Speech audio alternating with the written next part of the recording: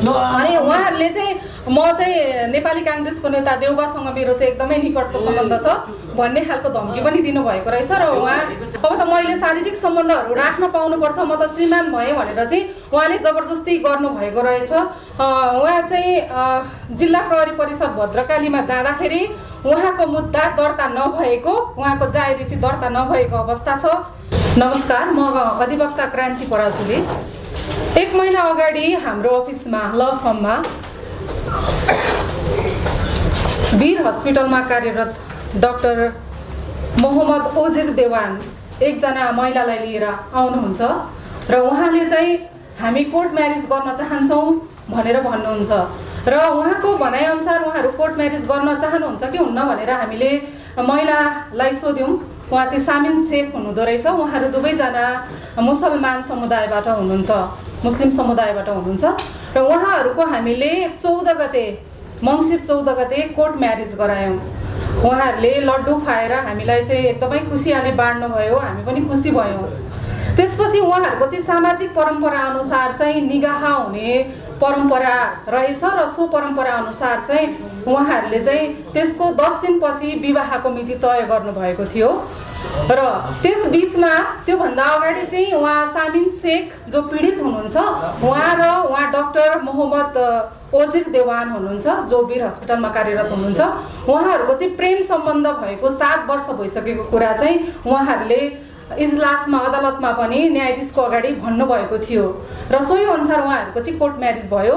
निगाहको मिति तय भइसक्यो र उहाँहरूले चाहिँ आफ्नो आफन्तहरू सबैलाई बोलाउनु भयो। केटी पक्षबाट होटल बुक गर्नुभयो, कार्ड छाप्ने तयारी थियो, फर्निचरहरूदेखि लिएर सबै कुराहरू, कपडाहरू, गरगहनाहरू सबै तयारी भइसकेपछि अब डाक्टरले चाहिँ बार्गेनिङ गर्न थाल्नुभयो। त्यो बार्गेनिङ चाहिँ दाइजोको बारेमा थियो। उहाँले चाहिँ 20 लाख रुपियाँ दाइजो, त्यस पछाडि एउटा गाडी, मेरो घर परिवारले, मेरो बुवा आमाले, मेरो दाइले चाहिँ मागिरहनु भएको छ। त्यति नभइकन म तपाईसँग निगाह गर्न सक्दिनँ भन्ने कुरा गर्न थाल्नुभयो।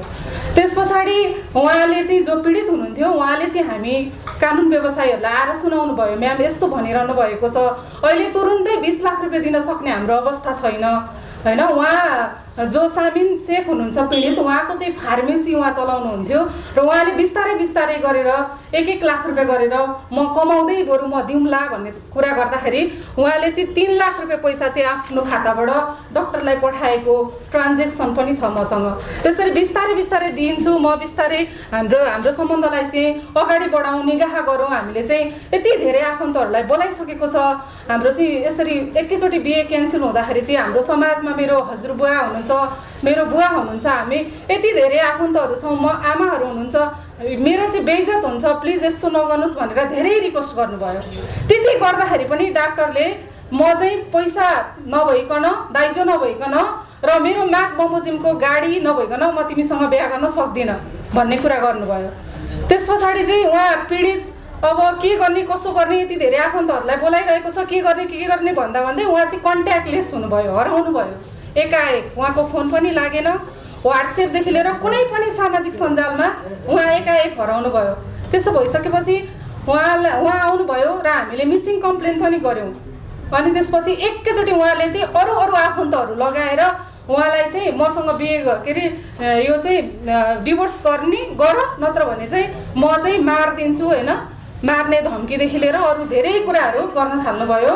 र अहिले हालको अवस्थामा चाहिँ उहाँले हामी कानुन व्यवसायीहरूलाई पनि धम्की दिने, उहाँको विभिन्न अरू मान्छेहरू लगाएर चाहिँ उहाँहरूलाई चाहिँ बाहिर निस्किनै नदिने त्यो अवस्था र फार्मेसी पनि चलाउन नसक्ने अवस्था भएकोले गर्दाखेरि उहाँले चाहिँ फार्मेसी भर्खरै बेचेर हैन, उहाँले चाहिँ मार्ने धम्की दिइराख्नु भएकोले गर्दाखेरि फार्मेसी पनि बेचेर बसिरहनु भएको छ। 7 वर्षसम्म प्रेमको नाटक गर्नुभयो। त्यसको बिचमा विदेश पैसा कमाउनु भनेर उहाँ जानुभयो। जाँदाखेरि पनि दिनरात एकदमै धेरै आफूले प्रेम गरेको, बिहे गर्न चाहेको भनेर चाहिँ धेरै म्यासेजहरू गरेकोले गर्दाखेरि त्यो हामीसँग सुरक्षित छ। उहाँ फेरि फर्केर आउनुभयो, काम गर्न पनि छोड्नुभयो र अहिलेको अवस्थामा चाहिँ न उहाँले बिहे गर्नुभयो र उहाँलाई चाहिँ खासमा दाइजो चाहिएको रहेछ, पैसा चाहिएको रहेछ हैन। दाइजो चाहिँ यसरी चाहिँ हैन, दाइजोले गर्दाखेरि चाहिँ आज उहाँ चाहिँ घरको न घाटको हुनुभएको छ। यो अवस्था छ अहिले पीडितको। र त्यो उहाँ डाक्टरको चाहिँ हामीले उहाँ कस्तो मान्छे हो भनेर हेर्दाखेरि चाहिँ उहाँको चाहिँ धेरै योभन्दा अगाडि पनि मुद्दाहरू परिसकेको रहेछ। अरू अरू महिलाहरूलाई पनि यसरी नै प्रेमको नाटक गर्ने, त्यस पछाडि चाहिँ दाइजो माग्ने र दाइजो पायो भने दाइजो लिने अनि बिहे नगरिकन 1-2 महिना फरार हुने, भाग्ने, त्यस्तो खालको चाहिँ उहाँको अरू समस्याहरू पनि भएको र वीर हस्पिटलमा पनि उहाँले चाहिँ विभिन्न बिरामीहरूलाई चाहिँ अर्को हस्पिटलमा पठाउँदै बिरामीहरू बेच्ने र उहाँ बिरामीहरूबाट 20,000 30,000 लिएको भनेर चाहिँ उहाँको विरुद्धमा मुद्दा पनि परिसकेको रहेछ।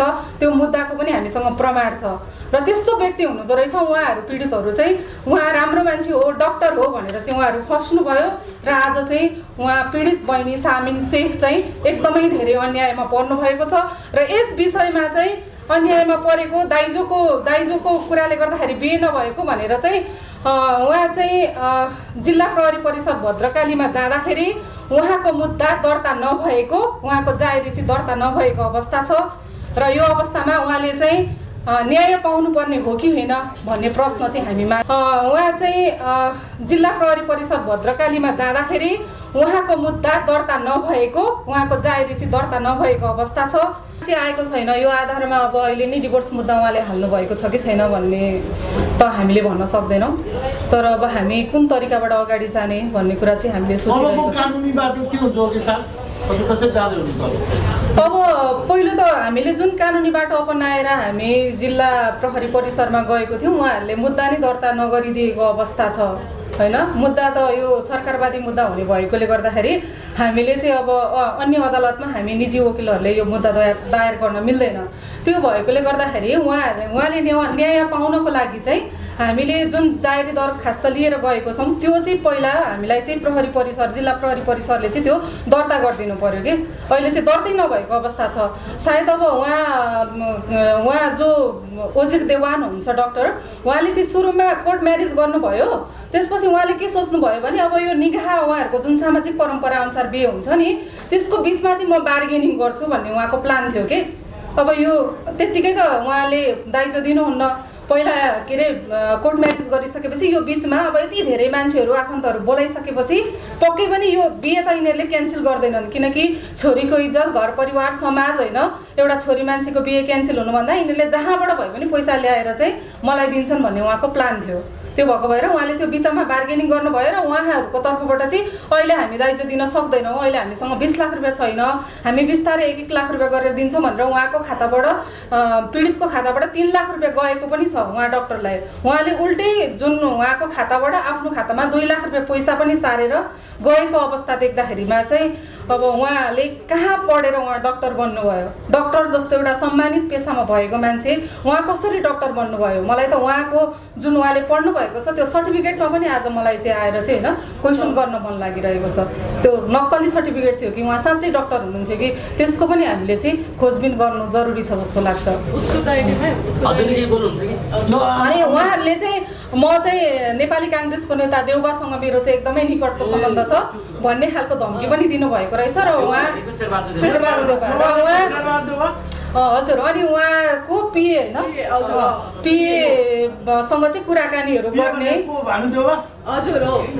कुराकानी गर्ने र मेरो चाहिँ यति माथिसम्म मेरो सम्बन्ध छ, म जे पनि गर्न सक्छु। उहाँको चाहिँ यसरी यस्ता डक्टरको नाममा कलङ्कहरूले चाहिँ समाजमा चाहिँ म यति पढेको डक्टर हो, मलाई त 5 करोड दिएर पनि छोरी दिने मान्छेहरू छन् भन्दै उहाँ हिँडिरहनु भएको अवस्था छ र उहाँ चाहिँ एउटा बिक्रीमा रहेको मान्छे हो कि उहाँ डक्टर हो अथवा उहाँ चाहिँ के अरे बिरामीको सेवा गर्दै हुनुहुन्छ अथवा यसरी पीडा दिँदै हिँड्नु भएको छ। सम्पूर्ण छोरीहरू जोसँग चाहिँ उहाँ पुग्न सक्नुहुन्छ अझै पनि उहाँ जस्ता अन्य महिलाहरू उहाँबाट नठगिनु होला र उहाँलाई चाहिँ राम्रोसँग चिनिराख्नु होला सबैजनाले। के हुन्छ त अब जस्तो परिषदले मुद्दा लिन मानेन, अब विकल्प केही छ तपाईसँग कानुनी बाटो उच्च अदालत जान मिल्छ? अब हामी चाहिँ यो मुद्दामा चाहिँ महिला सेलमा आज हामी जाँदैछौँ, महिला सेलमा जाँदैछौँ, जिल्ला परिसरमै महिला सेल हुन्छ, त्यसपछि हामी महिला आयोगमा जाँदैछौँ सायद त्यहाँ जाँदाखेरि उहाँको उजुरीलाई चाहिँ उहाँहरूले लिनुहुन्छ र त्यसलाई सम्बोधन गरेर उहाँ जो व्यक्ति हुनुहुन्छ उहाँ चाहिँ हाम्रो समाजको लागि एकदमै हानिकारक व्यक्ति हुनुहुन्छ।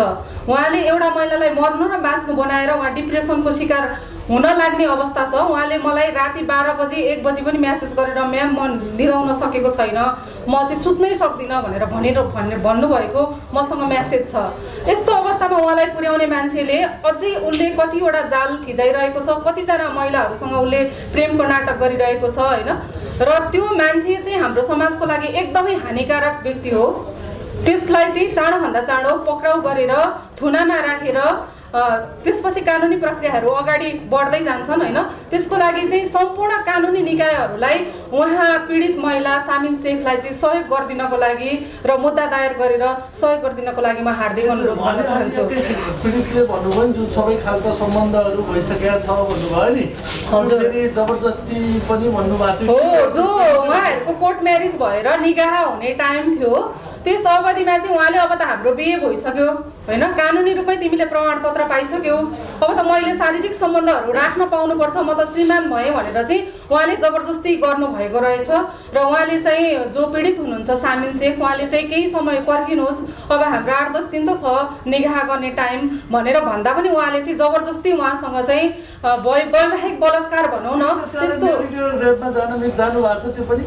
त्यो हिसाबले पनि हामी गएका थियौँ। त्यो चाहिँ उहाँहरूले अब हजुर त्यसलाई चाहिँ जिल्ला प्रहरी परिसर भद्रकालीले लिन मान्नु भएन होइन। उहाँहरू कस्तो मान्छेलाई न्याय दिन बस्नु भएको छ, उहाँ जस्तो पीडितले पनि न्याय पाउँदैन भने यो देशमा कसले न्याय पाउँछ होइन। त्यो चाहिँ एकदमै विचारणीय प्रश्न हाम्रो सामु खडा भएको छ। मैले मेरो तर्फबाट होइन जे जति मैले सक्छु तपाईँले न्याय नपाउन्जेलसम्म म लडिरहन्छु भनेर म आफै पनि छोरी मान्छे भएकोले म आफूलाई प्रतिबद्धता गर्दछु।